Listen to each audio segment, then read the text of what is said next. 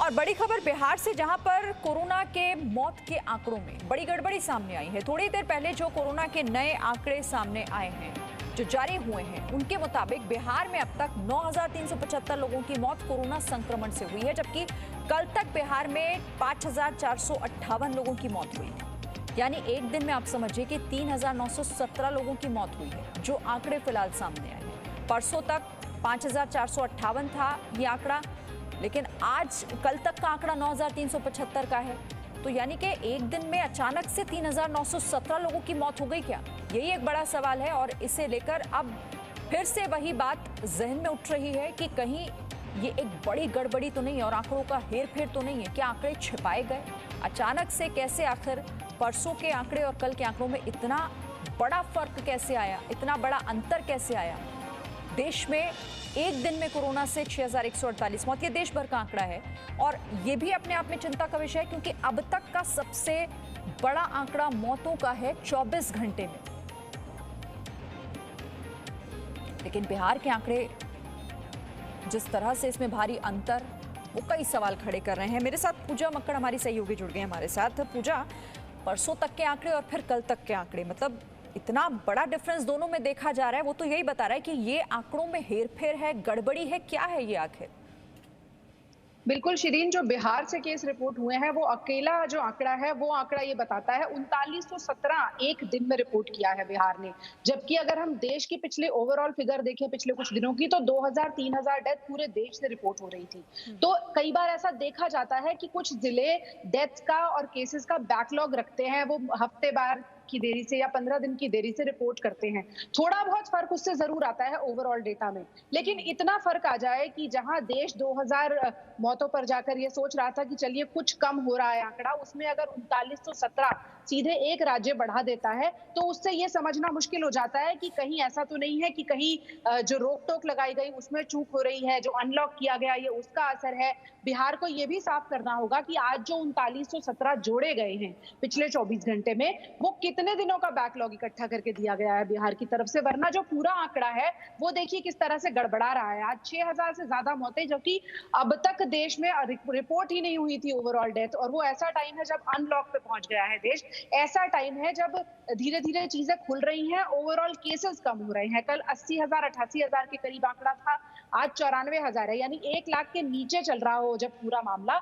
ऐसे में डेथ की जो ओवरऑल फिगर है वो लोगों को डराती है और वो ये भी बताती है कि कहीं ना कहीं कोई ना कोई चूक जरूर हुई है। तो सबसे पहले तो बिहार को अपने डेटा को क्लियर करके ये समझाना पड़ेगा कि इतनी देरी के साथ इतने सारे मामले रिपोर्ट होने की क्या वजह है। क्या पिछले 24 घंटे में वाकई वहां कोई ऐसा हादसा हो गया है कि एक ही अस्पताल में कई लोगों की मौत हो गई, या फिर ये हफ्तों 15 दिनों या फिर 1 महीने का बैकलॉग इकट्ठा करके दिया गया है।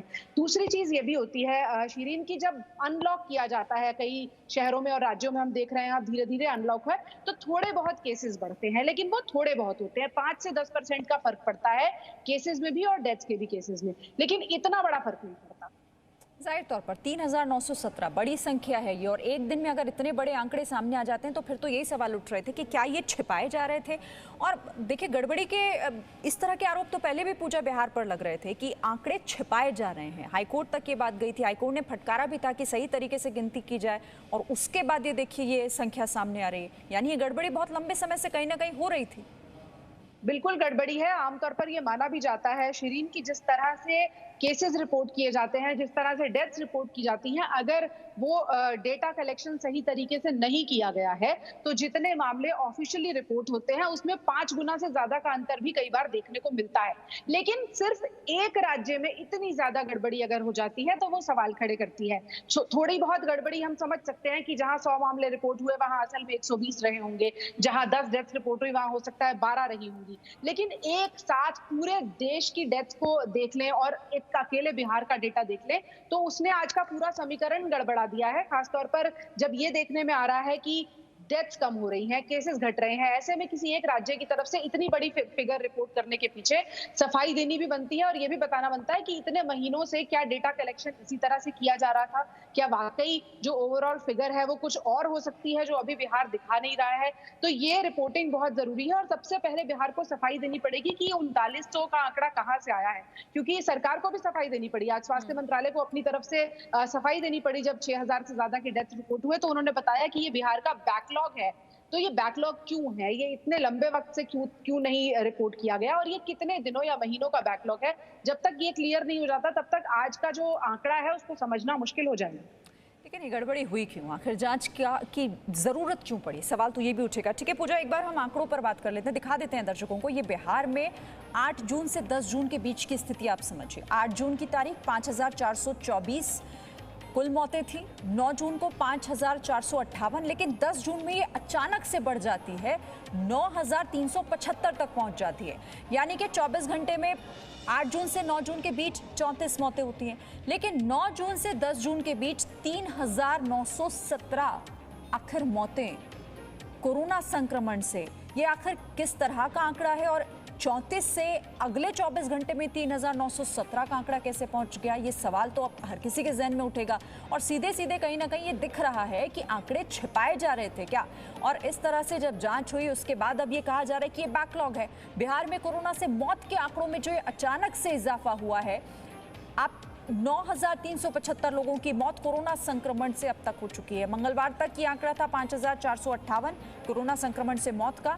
बुधवार को 3917 नई मौत कोरोना संक्रमण की वजह से हुई और सिर्फ एक राज्य की ये बात है। पूजा, अब ये तर्क देना स्वास्थ्य मंत्रालय की तरफ से, ये कहना कि ये कुछ वैसे आंकड़े भी हैं जो कि आइसोलेशन में थे और उनकी मौतें हो गई, ठीक हो गए थे कोविड से, उसके बाद उनको जोड़ा गया, मतलब ये क्या वाजिब तर्क समझ में आ रहा है क्या स्वास्थ्य मंत्रालय का? बिल्कुल, बिल्कुल समझ में नहीं आ रहा है शिरीन। ये तो पहले ये बताना पड़ेगा कि कहीं कोई स्पेलिंग मिस्टेक तो नहीं हुई है कि 3 फिगर लिखनी थी और 4 फिगर लिख दी गई और आंकड़ा हजारों में पहुंच गया, जो कि शायद सैकड़ों में हो सकता था। और अगर कोई भी राज्य सरकार ये सफाई दे कि ये पिछली वो वाली मौतें जोड़ ली गई जो घर चले गए थे और फिर रिकवर कर गए, तो जिस तरह से देश में कोरोना की डेथ रिपोर्ट होती है उसके बारे में मैं थोड़ा सा बता दूं। बहुत सारे लोग जो बाद में घर जाने के बाद किसी और वजह से जिनकी डेथ हो जाती है अनफॉर्चुनेटली, उनको कोविड में दर्ज भी नहीं किया जाता। भारत इसी सिस्टम पर चल रहा है। अगर कोविड नेगेटिव हो जाते हैं और अनफॉर्चुनेटली हार्ट अटैक से मौत हो जाती है तो उसे कोविड में जोड़ा नहीं जाता है। तो ये कह देना कि आइसोलेशन में था मरीज और वो घर पर था, तो इसका मतलब है वो ठीक था कि वो आइसोलेशन में घर पर था। ऐसे में मौत कैसे हो गई? ये जो पूरा आंकड़ा है 3917 का, ये बिल्कुल समझ से परे है, क्योंकि बिहार से पिछले कुछ दिनों से ऐसे कोई केस रिपोर्ट नहीं हो रहे हैं कि ऐसा नजर आए कि जैसी लहर महाराष्ट्र में आई थी या जैसी दिल्ली ने देखी, कुछ उस तरह का मामला बिहार में है। बिहार में मामले जरूर है, लेकिन जैसे पूरे देश में है उसी तरह से बिहार का भी हाल है।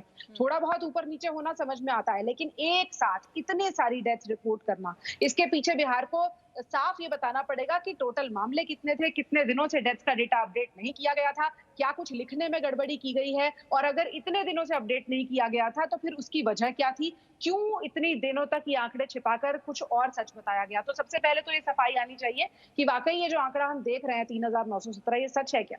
और फिर सरकारी आंकड़ों पर हम यकीन कैसे करें पूजा, क्योंकि सरकारी आंकड़ों में हेरफेर तो पहले भी हुआ है, चाहे वो बक्सर में गंगा किनारे लाशें मिलने की बात हो, शमशान घाट में जिस तरह से लोगों का ये कहना था कि वहां पर तो संख्या इतनी ज्यादा है कि आप गिन भी नहीं सकते, लेकिन आंकड़ों में वो कहीं नजर नहीं आ रही थी।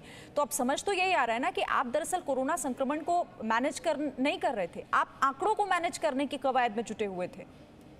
बिल्कुल सही बात है, कई जगहों पर आंकड़े ही मैनेज किए जा रहे हैं, ये सच किसी से छिपा हुआ नहीं है। एक चीज और मैं बताऊं, जब सरकार सीरो सर्वे कराती है और ये बताती है कि इतने लोगों में एंटीबॉडी पाई गई, तो उस सीरो सर्वे में कई बार आईसीएमआर ने खुद माना है कि अगर एक व्यक्ति संक्रमित पाया जाता है तो उसके पीछे 17 से लेकर 35 लोग ऐसे हो सकते हैं जो कि संक्रमित तो थे, लेकिन उन्होंने कोई टेस्ट नहीं कराया और इसलिए वो रिपोर्ट नहीं हुए। इसीलिए हर एक डिटेक्टेड केस के पीछे 17 से 35 के करीब अनडिटेक्टेड केस मान लिए जाते हैं। या तो उनकी टेस्टिंग में गड़बड़ी रही होगी, या फिर वो अस्पताल तक नहीं पहुंचे, या उन्होंने टेस्ट नहीं कराया। तो डेटा को समझना बहुत आसान नहीं है भारत जैसे देश में, जहां पर इतनी इस तरह का डेटा भी आता हो कि अचानक जब पूरे देश में 2000-3000 मामले रिपोर्ट हो रहे हो, उसमें कोई एक राज्य 3917 का डेटा दे दे और उसके बाद हम लोग माथापच्ची करके ये समझे कि क्या गड़बड़ी हुई है, आंकड़े छुपाए गए हैं, गलत लिखे गए हैं, गलत रिपोर्टिंग की गई है, या वाकई इतनी सर्ज है जिस पर पूरे देश की नजर होनी चाहिए कि बिहार में अचानक कुछ ऐसा हो गया है। अचानक ऐसा कैसे हो गया कि इतनी बड़ी संख्या का फर्क सिर्फ 24 घंटों में? फिर से दर्शकों को ये हम आंकड़े दिखाते हैं। बिहार में कोरोना संक्रमण से मौतों का आप आंकड़ा देखिए, 8 जून से 10 जून के बीच 8 जून 5424 24 घंटे में का ये आंकड़ा जारी किया गया था अब तक जो कुल मौतें हुई थी। उसके बाद ये 9 जून को बढ़कर 5458 यानी कि 24 घंटे में 34 मौतें हुई। लेकिन 10 जून को जब आंकड़ा सामने आता है तो ये हैरान करता है, ये चौंकाता है। 3917 मौतें बढ़ी बीते 24 घंटे में, क्योंकि ये आंकड़ा हो गया 9375 का। 8 जून को 5424, लेकिन एक दिन छोड़कर 10 जून को 9375। और यही सवाल खड़े कर रहा है कि ये कैसे आंकड़े हैं, आखिर ये क्या है, किस तरीके से इसे ये डेटा कैसे तैयार किया गया, या फिर अचानक से बिहार में ये संक्रमण क्या एक दिन में इतना बढ़ गया कि इतनी मौतें हो गई। और इसीलिए अब सवाल तो जरूर पूछा जाएगा कि क्या आप आंकड़ों को मैनेज कर रहे थे, क्या बिहार में ये आंकड़े छिपाए जा रहे थे, और क्या यही तैयारी बिहार में हो रही है कोरोना संक्रमण से निपटने की? बिहार के आंकड़े यही इशारा भी कर रहे हैं। और अब तो बहुत सारे सवाल पूछे जाएंगे पूजा सरकार से, क्योंकि जवाब देना तो अब भारी पड़ेगा। आप सिर्फ ये तर्क नहीं दे सकते कि ये बैकलॉग था। बिल्कुल, देखिए बिहार की सफाई का इंतजार इस वक्त स्वास्थ्य मंत्रालय को भी है, लेकिन ये आंकड़ा देखकर एक चीज समझ में आती है शिरीन, ये एक दिन का डेटा नहीं हो सकता। 24 घंटे में किसी एक राज्य में 3917 मौतें होना समझ से परे है। तो या तो ये बैकलॉग है, अगर है तो इतना लंबा बैकलॉग क्यों है, या फिर ये कोई एरर है। एरर होने की गुंजाइश इसलिए कम है क्योंकि राज्य सबसे पहले केंद्र को रिपोर्ट करते हैं कि उनके राज्य से कितने मामले रिपोर्ट हुए, कितनी डेथ्स रिपोर्ट हुई, और फिर केंद्र के स्तर पर वो डेटा कंपाइल होता है और हर 24 घंटे में वो रिलीज होता है, जो हम जी न्यूज के जरिए भी लोगों को बताते हैं कि 24 घंटे में देश भर में इतने केस रिपोर्ट हुए हैं और इतनी डेथ रिपोर्ट हुई है। तो कल जब बिहार का डेटा रिपोर्ट किया गया होगा तब ही स्वास्थ्य मंत्रालय की तरफ से ये रडार पर आ जाना चाहिए था, ये सवाल उठना चाहिए था कि अचानक एक राज्य 3917 मौत क्यों रिपोर्ट कर रहा है। और आज जो डेटा रिलीज किया गया वो इस स्पष्टीकरण के साथ रिलीज किया जाना चाहिए था। फिलहाल एक लाइन का स्पष्टीकरण जरूर है कि ये बैकलॉग है, लेकिन इतना बड़ा बैकलॉग क्यों है, इसका स्पष्टीकरण सबसे पहले बिहार को देना होगा। और केंद्र से भी सवाल पूछे जा रहे हैं, स्वास्थ्य मंत्रालय से भी सवाल पूछे जा रहे हैं। इस वक्त जरूर इसी पर मंत्रणा भी चल रही है। जैसे ही डेटा आया, हर किसी की नजर इस पर है कि बिहार में ऐसा क्या हो गया, क्या ये डेटा की गड़बड़ी है या किसी की लापरवाही है, ये चेक करना बहुत जरूरी है।